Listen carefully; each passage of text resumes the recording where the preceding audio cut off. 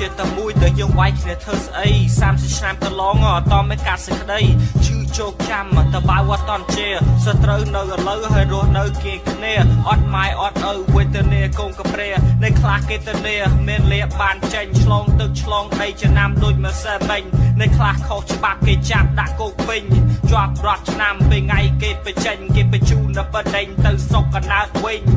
អត់សភៅឥ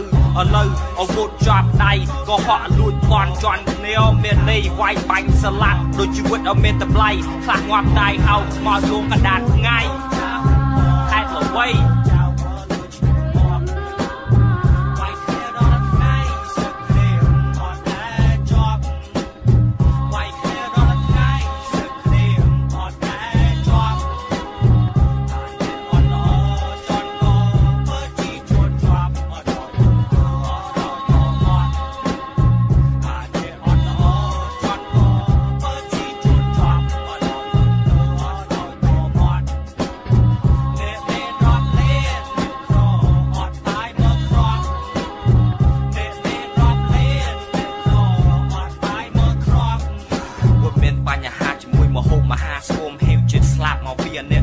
មកលោកក្បាលយកលុយកាទឹកជាអស់ត្រីដីដើមឈើគេកាត់ធ្វើក្តារបញ្ឈឹកមនុស្សប្រជាជនចោកចាក់ក្តាប់ដៃខំដាក់ស្រីទៅងន់សុំទេកូនសិស្សរៀនចប់សាលារកការធ្វើអត់មានទេបាត់អញ្ចឹងប្រជាបច្ចេកដៃធ្វើបុណ្យបានបាបកន្លែងកលេងលបែងគ្រួមហាជាឡៃលំបាត់គេដឹងដៃប៉ុន្តែគេជន់លើល្មើច្បាប់បដូរវិញ្ញាណធ្វើដែលមានបដូរពលឹងយកទ្រព្យសម្បត្តិព្រះអង្គអ្នកមកចាស់សាក់បដៅតែប៉ុន្តែអង្គមានអាគេស្ដាប់ទេ